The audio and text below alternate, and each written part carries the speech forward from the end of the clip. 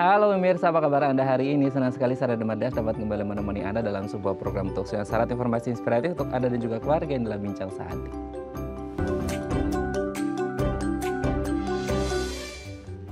Ya, pemirsa, pendarahan pada otak ini terjadi jika ada pembuluh darah yang pecah. Nah, salah satu indikasinya adalah ketika terjadi hipertensi atau tekanan darah tinggi. Gejalanya bisa saja ini kesulitan berbicara atau ada kurang bisa bergerak gitu ya di bagian wajah ataupun juga kesulitan berjalan. Adalah topik yang kita bahas hari ini yaitu mencegah pendarahan pada otak. Namun sebelumnya kita akan membahas terlebih dahulu nih fun fact cara menjaga kesehatan mental di kantor. Kita lihat yang pertama pemirsa.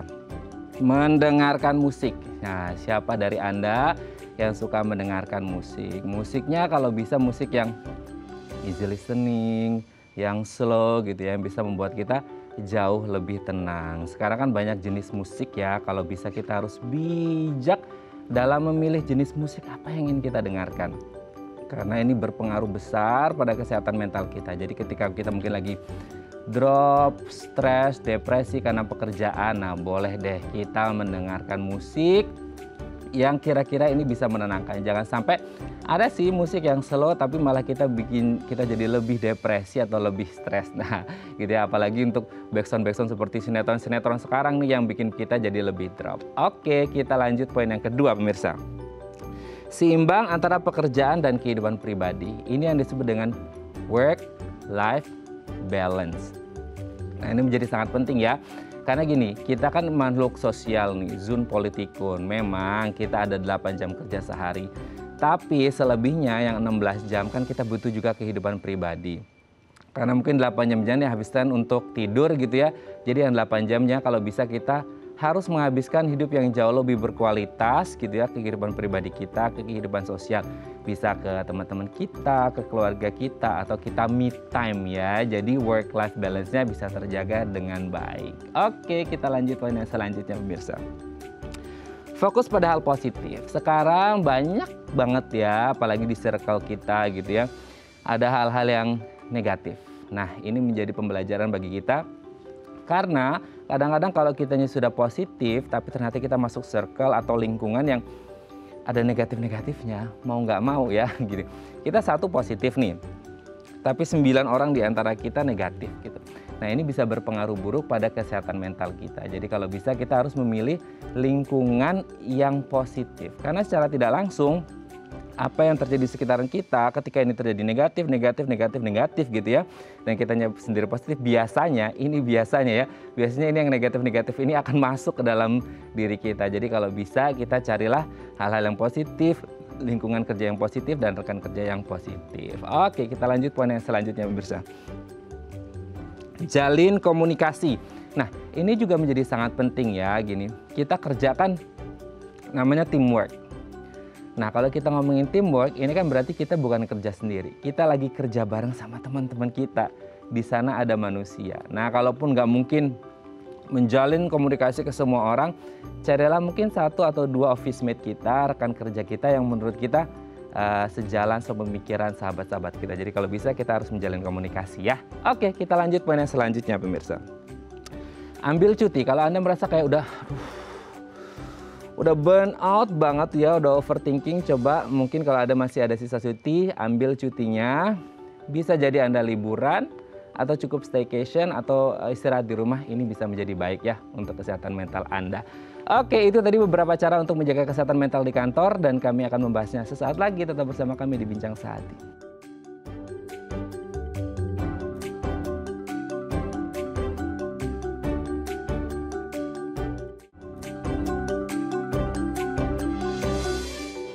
Baik, Anda masih bersama kami di Bincang Sehati. Tadi di segmen sebelumnya kita sudah membahas gimana sih cara menjaga kesehatan mental di kantor. Nah, untuk membahasnya nih telah tersambung bersama kami di sambungan Zoom dengan Mbak Ellen Susila MPS psikolog dari Askara Pelangi. Selamat pagi Mbak Ellen, apa kabar? Selamat pagi Mas, kabar baik. Oke Mbak Ellen, hari ini kita akan membahas ini tahun baru mungkin ya. Banyak yang punya resolusi karirnya lebih meningkat, salah satunya harus menjaga kesehatan mental di kantor. Yang pertama katanya dengan mendengarkan musik nih. Manfaat mendengarkan musik untuk menjaga kesehatan mental terutama di kantor gimana nih Mbak Ellen? Karena kesehatan mental sudah menjadi problem, apalagi di pandemi seperti ini gitu ya, segala sesuatu yang pasti, kemudian dengan perubahan yang terjadi, ini bisa membuat individu atau seseorang itu stres. Nah, memang stres ini pada akhirnya akan berdampak pada produktivitas kerja. Jadi stresnya tinggi, produktivitas kerja turun, kemudian semakin tidak fokus dalam bekerja sehingga deadline pekerjaan harus diselesaikan dengan baik. Oleh karena itu memang stres ini harus salah satu cara yang bisa dilakukan adalah mendengarkan musik gitu ya. Jadi mendengarkan musik ini berdasarkan penelitian memang membawa dampak positif, khususnya ketika kita tadi misalnya sudah sulit fokus dalam bekerja, dan dengan mendengarkan musik ini akan membantu individu ini menyerap informasi lebih mudah gitu, sehingga tentunya akan berdampak positif. Dan tidak hanya itu aja Mas, jadi dengan mendengarkan musik ini, mendengarkan yang lain yang sudah psychology gitu ya, peningkatan musik ini juga meningkatkan orang loh dan kebahagiaan seseorang gitu. Makanya ini bisa menjadi salah satu alternatif oleh individu ini ketika merasa sudah tidak nyaman. Oke, Mbak Ellen, sekarang kan banyak tuh lagu-lagu musik-musik yang slow down, easy listening, tapi akhirnya liriknya menghanyutkan. Gimana tuh jadinya nanti kalau didengerin?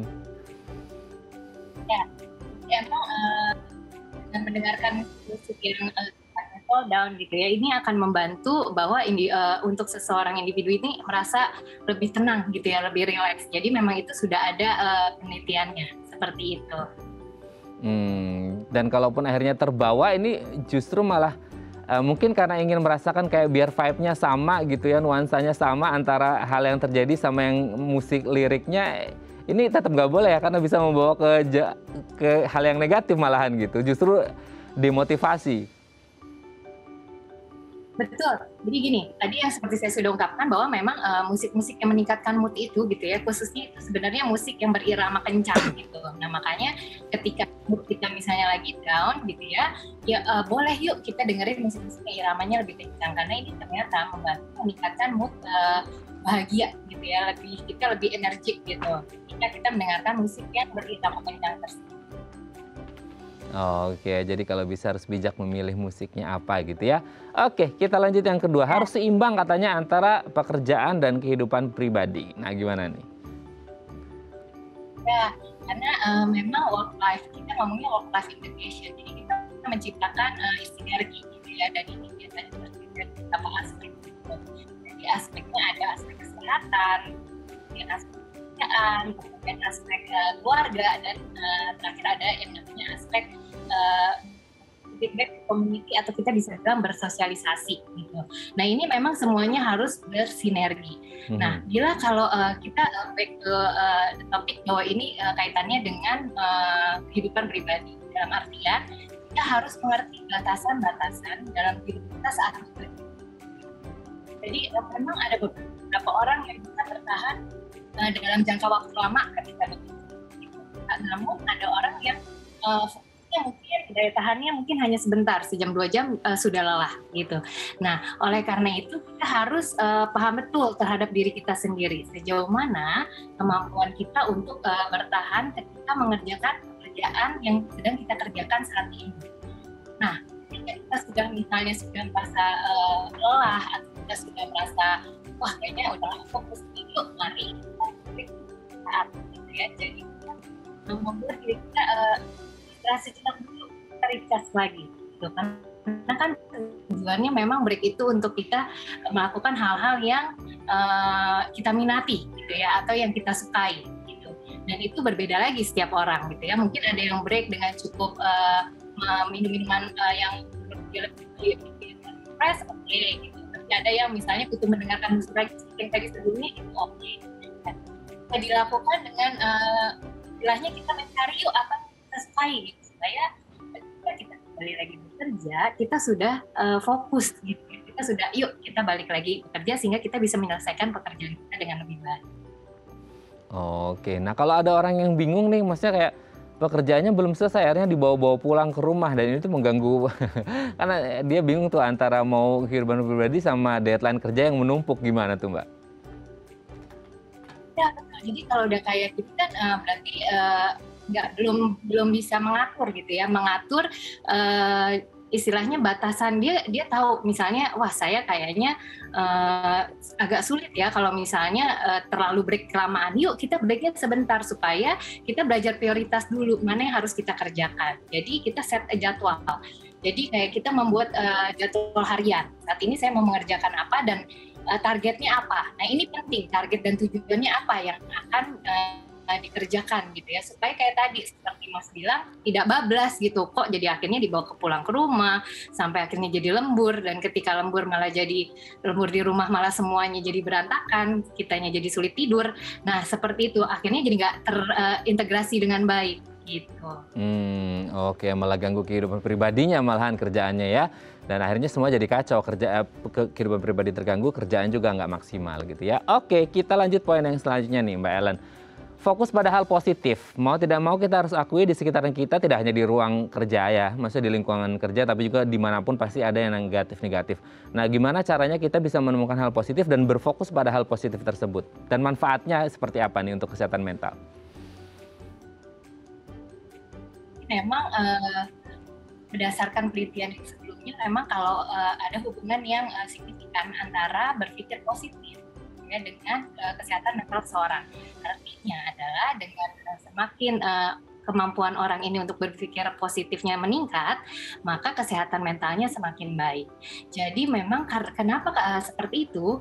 Karena ketika kita ditempa misalnya suatu masalah gitu ya, orang ini cenderung merasa optimis gitu. Jadi merasa optimis bahwa dirinya mampu, balik lagi. Jadi kita kayak framing, kita punya keyakinan bahwa diri kita kompeten gitu ya di dalam pekerjaan kita, sehingga ketika ada masalah itu kita merasa mampu untuk mengatasinya gitu.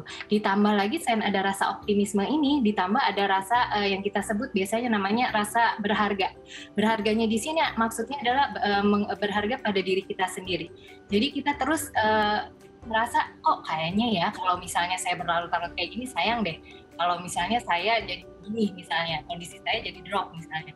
Jadi kita merasa berharga. Ditambah misalnya lingkungan-lingkungan yang menurut kita, wah kayaknya lingkungan ini udah nggak baik nih buat saya gitu. Terus kalau saya misalnya masuk di dalamnya, itu akan membawa dampak negatif buat saya. Nah seperti itu. Jadi akhirnya kita menghindari lingkungan-lingkungan yang membuat kita tidak nyaman tersebut. Nah ini kaitannya dengan tadi, dengan merasa diri kita berharga. Gitu. Karena ini merupakan salah satu cara kita berpikir positif gitu ya, adanya merasa diri kita kompeten, kemudian kita bergaul dengan orang-orang yang memang memberikan dampak positif juga buat kita. Sehingga dampaknya adalah kesehatan mental kita lebih baik, khususnya di sini kaitannya adalah di tempat kerja.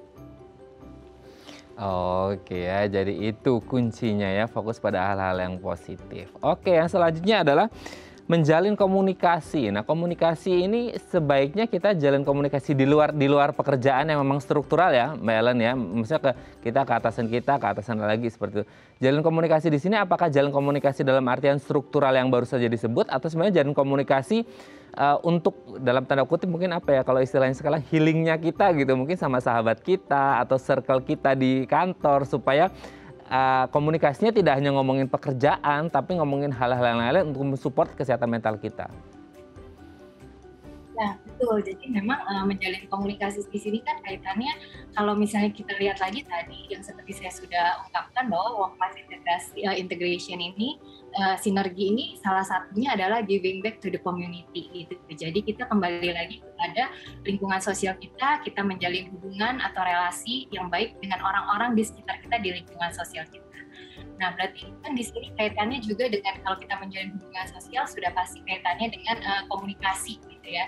Nah, ini memang perlu gitu ya, perlu kita istilahnya kita ciptakan gitu. Supaya ya tadi karena salah satu ciri orang yang sehat mental adalah mampu melakukan hubungan sosial yang positif dengan orang-orang di sekitarnya. Nah, ini tentunya sangat membantu kesehatan mental kita juga, karena ketika kita menjalin komunikasi tidak hanya dengan rekan kerja, tapi dengan lingkungan sosial kita yang lain, misalnya di sekitar rumah kita, atau teman-teman kita yang dulu pernah kita jalin gitu ya, dulu pernah dekat, ya kita mulai lagi gitu ya, kita istilahnya menjalin lagi komunikasi. Karena itu sangat membantu sekali untuk individu ini istilahnya berusaha untuk ketika menjalin komunikasi ini akhirnya kesehatan mental akan lebih baik, karena kan dengan dia menceritakan pun sebenarnya sudah banyak yang rilis. Oke, jadi komunikasi itu sangat penting, apalagi kalau mungkin sekarang pandemi mungkin nggak bisa langsung face to face ya, physically gitu secara fisikal, tapi mungkin bisa lewat video call atau yang lainnya, Zoom meeting sama circle-circle yang ada di luar sana, sahabat-sahabatnya ya. Oke, yang terakhir nih, Mbak Ellen, ambil cuti. Nah, kalau udah ngerasa mungkin kayak aduh udah kepalanya udah pusing, udah burn out, udah nggak bisa mikir gitu ya, pokoknya udah semuanya udah dilakuin tapi nggak bisa juga. Perlu nggak sih untuk take a break, take a pause gitu ya, ambil cuti dulu, entah itu vacation atau staycation doang gitu kan, itu penting nggak sih sebenarnya, dan apa manfaatnya? Oke, nah ini perlu ya Mas ya. Jadi gini, karena kan tadi seperti yang sudah saya utarakan bahwa kita harus tahu batasan diri kita ketika mengerjakan suatu pekerjaan kita. Nah, kemampuan kita bertahan, kemampuan kita supaya tidak sampai pada yang namanya lelah gitu. Nah, ketika kita sudah merasa lelah, kalau kita nggak tahu batasannya ini dibablasin terus bekerja gitu ya, akhirnya yang berdampak adalah kita merasa lelah. Nah, itu yang biasanya kita sebut dengan istilah burnout gitu ya. Burnout nih bisa diartikan bahwa stres berat terhadap pekerjaan kita gitu. Jadi adapun yang kita rasakan biasanya hilangnya semangat kerja, kemudian kita merasa lelah, terus kita makin nggak suka melihat kerjaan kita, terus kemudian kita jadi mudah marah gitu ya, mudah tersinggung. Ditambah adanya keluhan-keluhan fisik yang terjadi. Nah, kalau udah seperti ini kan berarti kita harus, yuk benar kata Mas tadi, kita take a break dulu yuk. Makanya cuti itu sebenarnya kan diberikan, karena itu haknya kita sebagai pekerja gitu. Nah, kita take a break dulu, kita ambil cuti, kita rencanakan cutinya, mau berapa lama, kemudian apa yang akan kita lakukan selama cuti.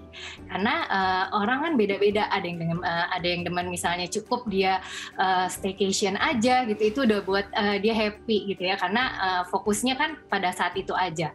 Yang terpenting adalah fokus pada saat cuti itu gitu. Jadi untuk masalah urusan pekerjaan, yuk kita singkirkan dulu sementara, karena kan ini lagi cuti gitu ya. Jadi kita fokus sama diri sendiri dulu, apa yang mau kita istilahnya apa yang mau kita capai gitu di cuti ini, tujuannya apa gitu Mas. Oke, baik, terima kasih Mbak Ellen sudah berbagi bersama kami pagi hari ini. Semoga kita semuanya sehat mental di kantor ya. Terima kasih Mbak Ellen, selamat pagi. Baik pemirsa, selanjutnya kita akan membahas tema kita hari ini. Bagi Anda yang memiliki pertanyaan seputar tema kita hari ini, Anda bisa menghubungi kami di nomor 021 290 3244 atau DM Instagram kami di @daifamily. Kami akan kembali saat lagi.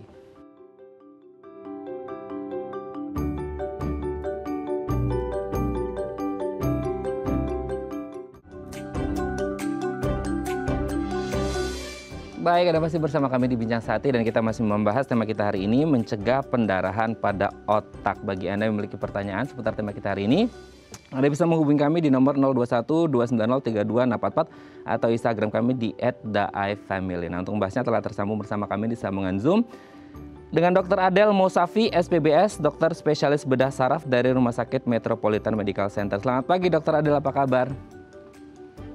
Selamat pagi, kabar baik Mas. Oke, alhamdulillah baik ya Dok ya. Dok, kita akan membahas tentang ini jadi judulnya udah agak serem ya Dok ya, pendarahan di otak, nauzubillah min dzalik gitu ya. Semoga tidak terjadi pada kita semuanya. Ya. Yang pertama mungkin bisa dijelaskan Dok, fungsi otak bagi tubuh ini seperti apa? Oke, jadi kalau kita menganalogikan tubuh kita itu seperti komputer ya, atau personal komputer atau laptop. Jadi otak kita itu seperti prosesor atau motherboard-nya.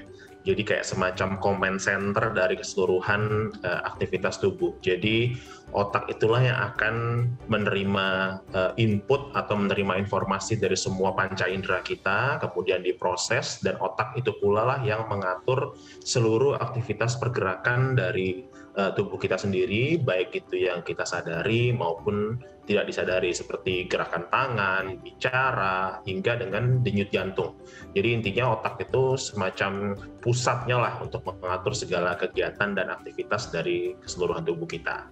Berarti gitu, hal terkecil pun yang kita pikirkan, kita lakukan, kita gerakan, itu semuanya pasti berasal dari otak? Kurang lebih ya, seperti itu. Ya, Pak. Oke. Mengapa akhirnya otak menjadi sangat penting, Dok? tadi kan sudah dijelaskan pusatnya ya, benar pusat. Tapi akhirnya kenapa jadi penting banget nih untuk keseluruhan tubuh kita? Ya seperti tadi ya kata ya Mas Raden bilang ya, jadi itu adalah pusatnya. Jadi kalau tadi lagi saya kembali lagi ke analogi komputer tadi, komputer itu nggak akan bisa bergerak kalau nggak ada prosesor atau motherboardnya. Jadi segala pergerakan dan aktivitas dari tubuh kita itu secara langsung maupun tidak langsung itu melibatkan otak. Nah jadi kalau otaknya tidak berfungsi atau otaknya mengalami kerusakan, ya artinya fungsi tubuh itu akan menurun atau bahkan mungkin ya sama sekali tidak berfungsi kalau otaknya memang mengalami gangguan tadi. Makanya itu penting makanya jadi.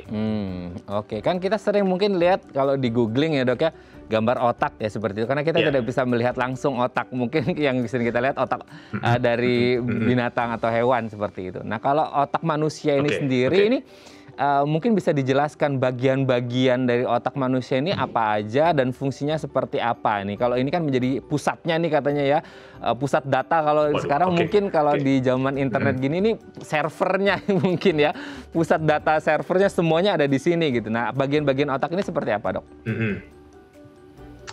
Sebetulnya kalau saya mau menerangkan detail bagian otak tuh banyak sekali ya. Cuman saya coba mau menyederhanakannya aja. Jadi otak itu terbagi menjadi 3 sebetulnya. Otak besar, otak kecil, dan batang otak. Kalau otak besar itu dia mengatur, kalau bahasa medisnya itu kami nyebutnya sebagai fungsi luhur, higher cortical function. Jadi adalah yang membedakan kita dengan binatang. Jadi bagaimana proses kita bicara, bagaimana proses kita mengerti informasi, bagaimana kita bergerak, bagaimana kita emosi, dan lain-lain itu semuanya diatur pada otak besar. Nah kalau otak kecil itu lebih ke arah fungsi koordinasi dan keseimbangan. Jadi menjaga keseimbangan, kemudian bagaimana kita bisa berjalan lurus dan lain-lain, itu otak kecil. Kalau batang otak itu, kalau bahasa sederhananya itu vital function-nya tuh di situ. Maksud vital function itu apa? Yang berurusan dengan denyut jantung, kemudian pernafasan, tekanan darah, itu diatur semuanya oleh batang otak tadi. Tapi secara itu saya membaginya menjadi terpisah-pisah, tapi pada kenyataannya itu saling interkoneksi. Jadi nggak bisa disegregasi seperti itu bahasanya. Mungkin gitu Mas. Oke, ada perbedaan nggak sih dok? Maksudnya kayak otak anak bayi ini baru lahir sampai akhirnya dewasa sampai lansia itu ada beda atau pertumbuhan secara fisiknya gitu ada beda apa nggak dok? Oke, kalau secara anatominya ada, jadi kalau otak anak kecil dan otak dewasa itu secara besarnya udah pasti berbeda ya. Besar dan beratnya itu berbeda. Dalam 2 tahun pertama itu 70% dari masa otak itu tumbuh. Jadi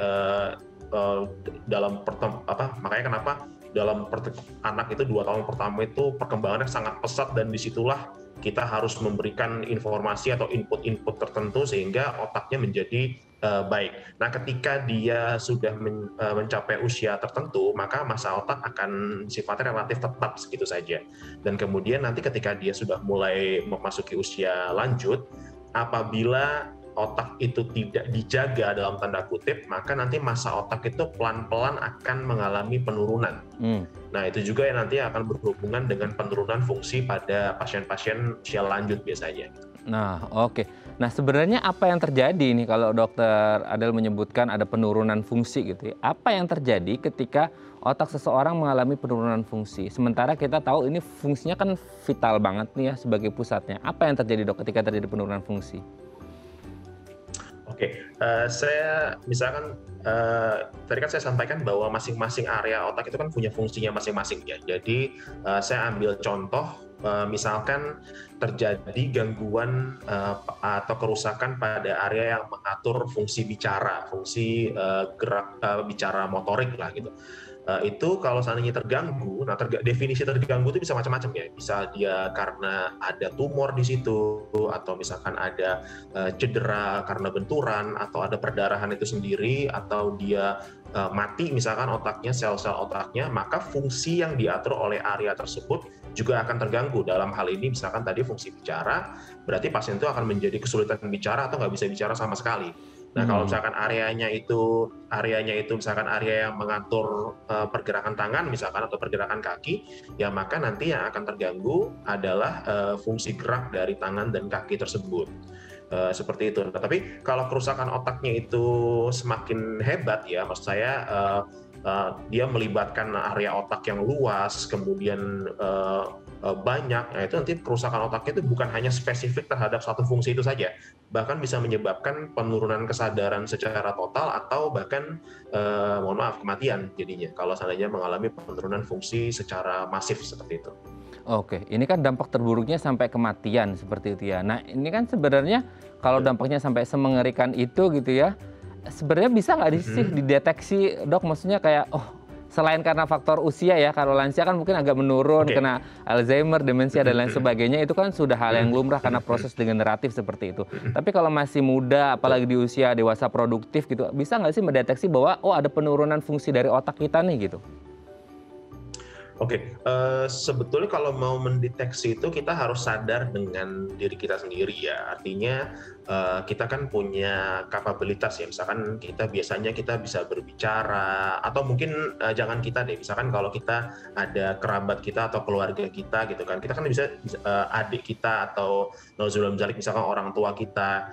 Kan kita sehari-hari kan kita bisa tahu ya, oh ya nih tadinya misalkan orang tua kita atau keluarga kita itu tadinya dia bisa berjalan dengan baik, atau tadinya misalkan dia berbicara seperti kita normal seperti itu, tapi tiba-tiba kok kita melihat sepertinya kok ada kayak kok tangan kanannya agak lebih lemes ya kayaknya ya, atau kok kayaknya dia lebih banyak menggunakan ketika dia makan kok jatuh-jatuh ya misalkan seperti itu. Jadi gerakan hal-hal kecil-kecil seperti itu bisa menandakan adanya penurunan atau gangguan dari salah satu bagian otak gitu. Walaupun belum tentu seperti itu ya, tapi kalau sudah ada muncul tanda-tanda seperti itu, artinya tanda-tanda seperti tadi gangguan bicara, ada kelemahan anggota gerak, atau misalkan sakit kepala berulang, atau tiba-tiba mudah tersedak, pokoknya hal-hal seperti itu jangan pernah dianggap sepele. Lebih kalau saya sih patokannya kalau memang ada gangguan seperti itu lebih baik kita memikirkan hal yang lebih buruk gitu dibandingkan dengan kita sepelekan.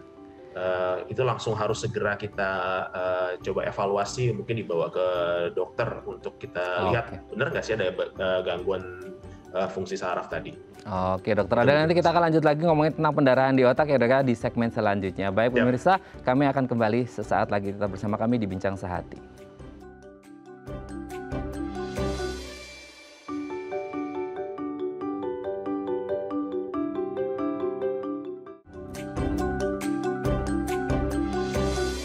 Baik, Anda masih bersama kami di Bincang Sehati. Kita masih bersama dengan Dr. Adel Mosafi, SPBS, dokter spesialis bedah saraf dari Rumah Sakit Metropolitan Medical Center. Kita lanjut lagi ya dok ya.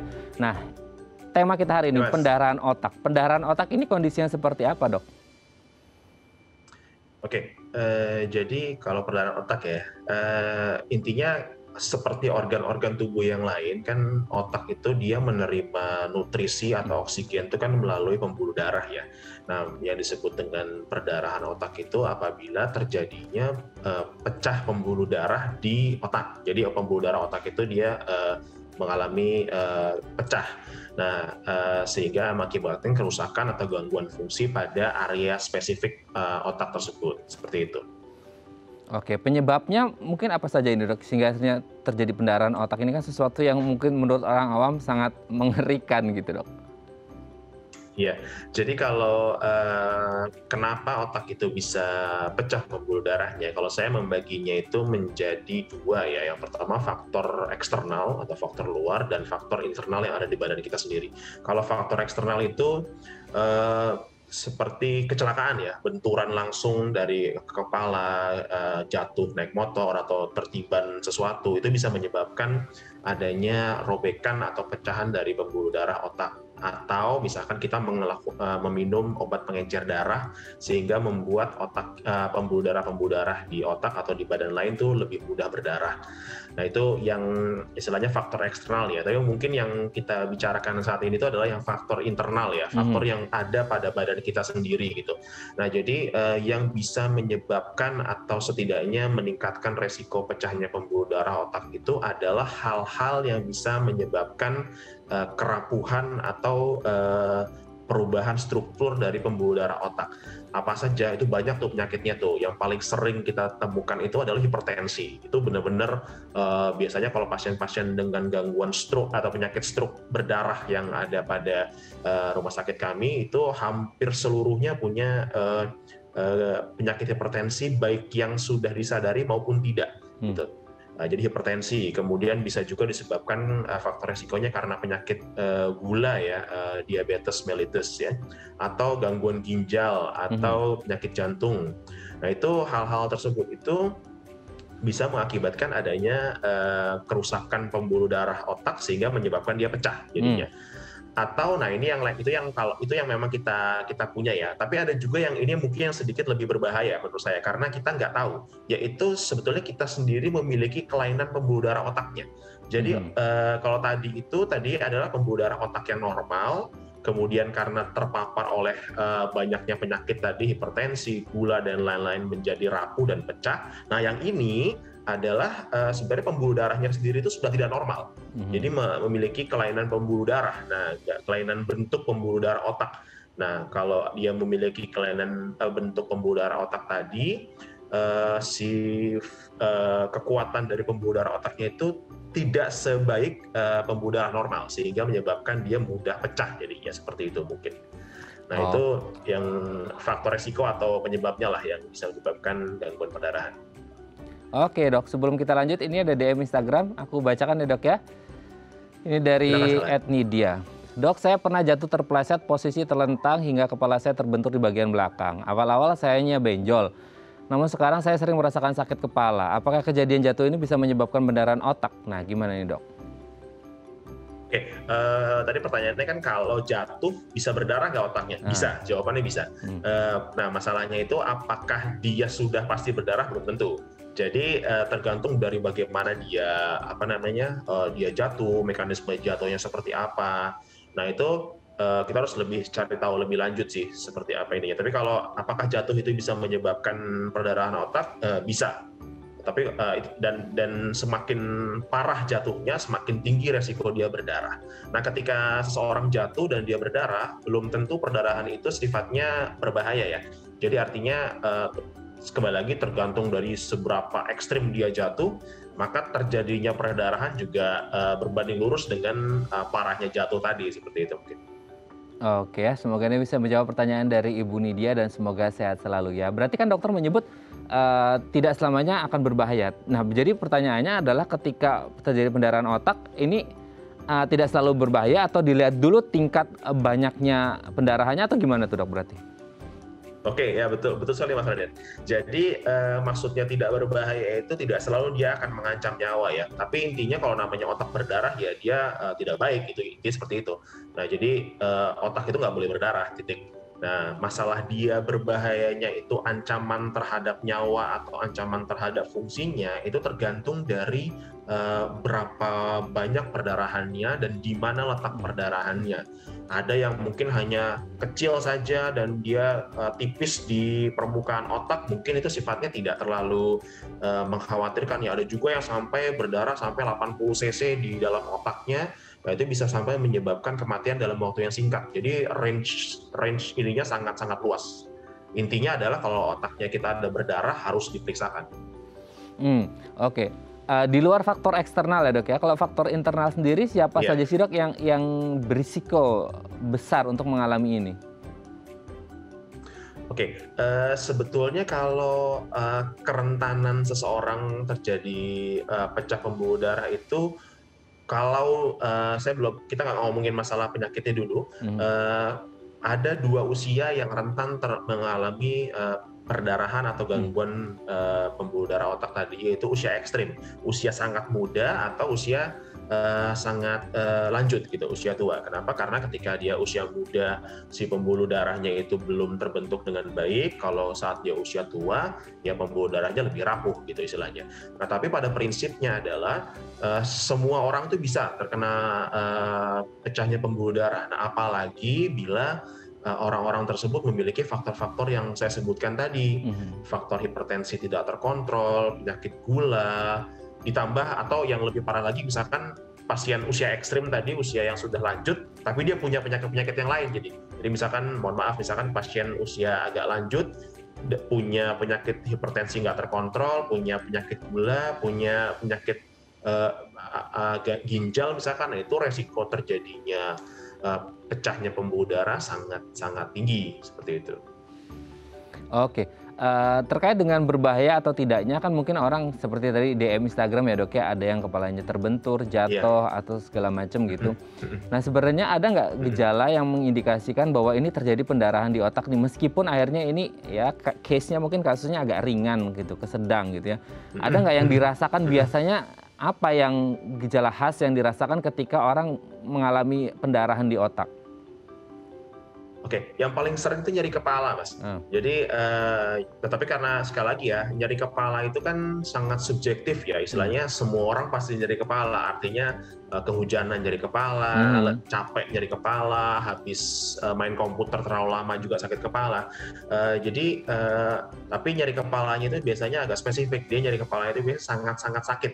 Sangat-sangat sakit, bahkan kadang-kadang bisa mungkin berulang, atau bahkan nyeri kepala disertai dengan muntah atau sangat mual, atau bahkan nyeri kepala sampai dengan penurunan kesadaran.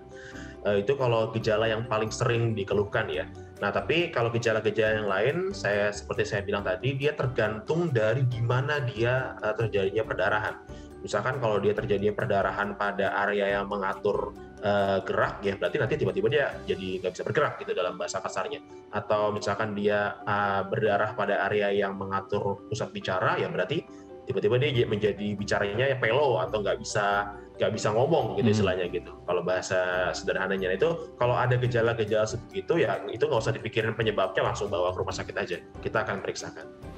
Oke, di waktu kapan kita merasa kayak, oh ini kayaknya nyeri kepala kan banyak ya dok ya, tadi dokter juga sempat menyebut. Maksudnya di kondisi seperti apa yang benar-benar ini kayaknya bukan nyeri kepala biasa, dan ini indikasinya ke pendarahan di otak. Dan apa yang biasanya dilakukan penanganannya? Oke, jadi kalau nyeri kepala yang disebabkan karena perdarahan otak, itu kalau bahasa textbooknya itu adalah nyeri kepala yang sangat berat yang belum pernah dirasakan oleh orang tersebut sebelumnya. Jadi kalau nyeri kepala yang masih biasa-biasa saja gitu kan, ya nggak, tetapi kadang ada nyeri kepala yang saya susah mendeskripsikannya, tapi itu nyerinya sangat sakit sekali kalau bahasa kitanya. Nyeri kepala yang belum pernah dirasakan sebelumnya, itu kalau disebabkan karena adanya darah yang masuk ke dalam celah-celah rongga otak.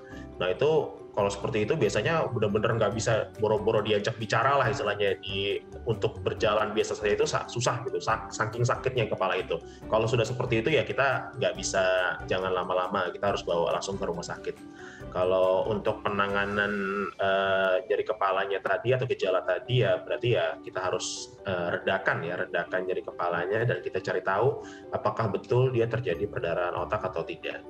Oh, oke. Kalau akhirnya terindikasi diagnosis, oke ini pendarahan di otak gitu. Apa yang harus dilakukan, pengobatannya, treatmentnya atau tindakannya, dan apakah bisa sembuh total, dan tindakannya apakah melalui operasi atau bisa mungkin dengan cara-cara yang lain, dok? Oke, jadi misalkan kalau kita pasien datang nih dengan nyeri kepala yang sangat hebat atau ada kelemahan, terus kemudian kita tegakkan diagnosis dengan menggunakan CT scan kepala, oh ini sudah ada perdarahan di otak. Nah jadi penanganan pertamanya itu adalah pasti stabilisasi kondisi pasien dulu ya. Artinya kalau pasiennya tiba-tiba dia nggak sadar, itu harus dijaga jalan nafasnya. Kalau tensinya tinggi harus segera diturunkan. Kalau dia butuh suplai oksigen harus ditambah suplai oksigennya. Jadi stabilisasi kondisi pasien tersebut. Nah, satu lagi yang kedua adalah kontrol penyebabnya. Artinya gini, kalau tadi kan kita sebutkan bahwa kalau bahasa saya itu adalah stroke atau perdarahan otak itu tidak terjadi pada orang sehat. Jadi dia pasti sudah ada penyakit sebelumnya. Jadi artinya entah itu dia punya penyakit hipertensi atau gula darah atau apa segala macam, itu yang menyebabkan faktor resikonya secara tidak langsung terhadap pecahnya pembuluh darah tadi. Maka itu harus dikontrol, gitu. Karena si perdarahan otak itu adalah result, hasil. Nah, kausanya harus dikontrol juga. Karena kalau kita hanya fokus terhadap perdarahan otaknya, kausanya tidak ditangani, ya nanti kemungkinan besar dia berdarah lagi, gitu nantinya. Nah, jadi itu yang kedua. Jadi stabilisasi pasien, kemudian kontrol perdarahannya, kontrol penyebab perdarahannya, dan yang ketiga adalah perdarahannya sendiri. Nah, untuk perdarahannya sendiri itu terapinya beragam ya. Mulai itu tergantung dari tadi saya bilang berapa jumlah perdarahannya, lokasinya di mana, seberapa parah dia pasiennya. Nah, kalau misalkan perdarahannya kecil, misalkan sekitar hanya 5-10 cc, kecil, tipis di permukaan otak gitu, mungkin kita cukup kita awasi saja gitu, karena pada prinsipnya darah itu bisa hilang sendiri. Misalkan kalau Mas nggak sengaja kebentur di tangan kan jadi memar ya, nah itu kan berdarah juga namanya ya. Nah itu lama-lama kan hilang, sama kayak di otak. Jadi perdarahan otak itu juga lama-lama dia bisa hilang. Nah tapi permasalahannya adalah kalau dia makin besar darahnya, maka waktu yang dibutuhkan untuk darah itu hilang itu lebih lama. Nah jadi kalau seandainya dia perdarahannya itu terlalu besar, itu waktunya nggak akan waktu yang dibutuhkan terlalu lama, maka takutnya kerusakan yang ditimbulkan karena perdarahan itu parah banget gitu. Jadi kita nggak sempat nungguin darahnya hilang, tapi rusak otaknya lebih duluan terjadi lah, bahasa kasarnya begitu. Nah kalau sudah seperti itu, kalau misalkan perdarahan otaknya itu sudah besar, sudah banyak, dengan ada gangguan fungsi yang beragam, kadangkala kita harus membantu mengeluarkan darahnya untuk mengurangi tekanan di dalam otaknya, dan membantunya dengan cara apa? Dengan cara pembedahan, operasi ya. Operasinya macam-macam lah, ada yang cuma pasang selang saja, atau ada yang pakai teropong, sampai dengan operasi dengan membuka kepala ya. Itu beragam, tergantung dari seberapa besar dan seberapa parah perdarahannya. Oke, itu pengobatannya ya dok. Ya ini sudah dijelaskan secara detail tentang pendarahan di otak sampai pengobatannya. Nanti di segmen terakhir kita akan membahas gimana cara menjaga kesehatan otak. Ini juga menjadi penting ya dok ya, supaya tidak terjadi pendarahan dan gangguan kesehatan yang lainnya. Kita akan lanjut lagi di segmen terakhir bersama dengan Dr. Adel. Baik pemirsa, kami akan kembali saat lagi, tetap bersama kami di Bincang Sehati.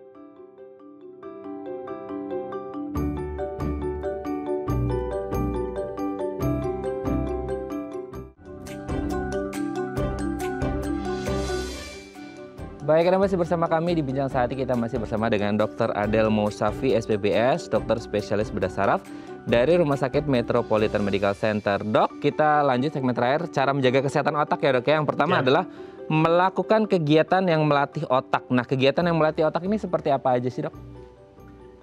Kegiatan melatih otak itu sebetulnya intinya adalah merepetisi apa yang kita kerjakan. Jadi artinya kalau yang paling sederhana itu membaca ya, baca, kemudian mengerjakan kuis-kuis. Jadi memaksa otak kita itu tidak sedentary. Jadi artinya otak itu tuh tidak terbiasa untuk berproses gitu istilahnya, mengerjakan puzzle, membaca koran kalau yang Muslim, dan itu mungkin membaca Al-Quran, membaca kitab. Jadi istilahnya memaksa otak itu tetap bekerja, karena kalau pada prinsipnya kalau otak itu seperti organ tubuh yang lain, kalau otak itu nggak dipakai dia akan mengecil.